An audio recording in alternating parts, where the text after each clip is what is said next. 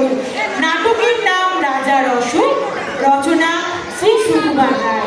অভিনয়ে আছেন রাজা আবির বিশ্বাস, প্রথম মন্ত্রী হয়েছেন আয়ুষ মিস্ত্রি, দ্বিতীয় মন্ত্রী হয়েছেন অর্ঘ পাল, বৈদ্য হয়েছে আদি সরকার, সন্ন্যাসী মাহির চক্রবর্তী, প্রথম দারোয়ান আয়ুষ ভৌমিক, দ্বিতীয় দারোয়ান রক্তিম ভুইমালি, জমিদার অনেক বিশ্বাস, প্রথম প্রজা আর্যদেব গাঙ্গুলি, দ্বিতীয় প্রজা অংশু কর্মকার, গোবরা মাতাল রক্তিমা শীল, আর পাগল হয়েছে আরিয়ান ভট্টাচার্য।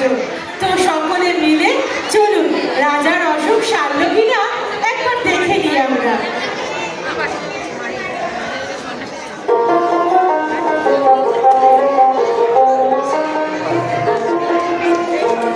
বাবা গো, ও বাবা, মা গো, বাবারে, এ কি ভারী অসুখ হলো। বাবা গো, মরে গেলাম, আর তো পারি না। এই তো মহারাজ, আমি এসে গেছি। আমার খ্যাতির কথা আপনি তো নিশ্চয় শুনেছেন। আমি আপনার রোগ ঠিক নির্ণয় করে দেব। আপনি এত ভাবছেন কেন? হ্যাঁ চিকিৎসক, আপনি ঠিক করে দেখুন তো, দেখে বলুন তো ঠিক কি শক্ত। তোমরা কি সব করতে পারবে? কেন পারবো না? পারবো। জান দিলে হয়, জান দেব।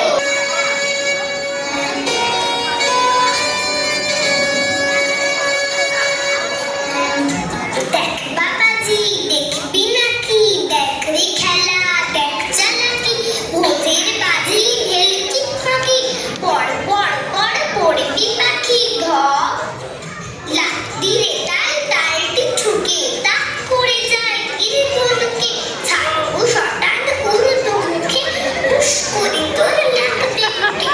ধপ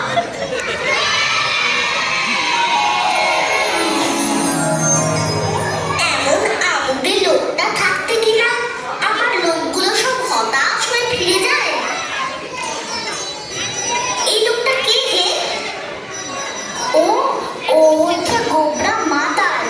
এখন দেখছেন কেমন খুশ মেজাজে আছে, কিন্তু সন্ধে হলে ওর চিৎকার, চেঁচামেচি আর উৎপাত শুরু হয়। ওর ভয়ে পাড়ার লোক তিষ্ঠতে পারে না। না, এভাবে দিনের পর দিন লোক করে চলেছি,